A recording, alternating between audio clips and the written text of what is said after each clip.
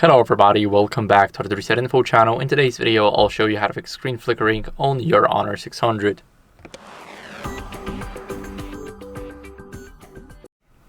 So first, what you guys want to do is adjust the brightness in the settings manually. We're going to open up the settings, and here we need to go over and scroll down until we see display and brightness.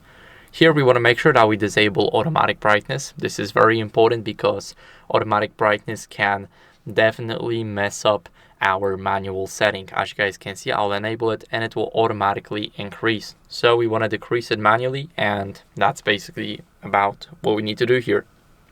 Now the next step, we need to open up the Play Store, and let me quickly sign in, and we're gonna download the screen dimming app. Now let's go to search and search for screen dimmer and then OLED Saver. So now we're gonna download the first app made by Ruhex. Now this is the best app for screen dimming that I've used, and it's only 1.5 megabytes, so it's light for your phone. First, we need to grant the permission to write the system settings so it can modify the brightness.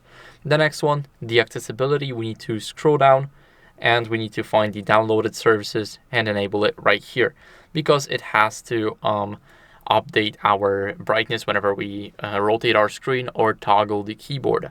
So now we're going to grant the permission for notifications for the brightness bar, and as you guys can see, we can easily lower it. And here we have the brightness bar that we can also tap to change. And as you guys can see, we also got the brightness settings. We can go and make the extra dim brighter or dimmer. And of course, let's change the delay and change duration to the lowest. Now it is applied practically instantly. So that's what you guys can do here. Now, if you disable this, make sure to revert your brightness to default. Sometimes it may be too high or too low.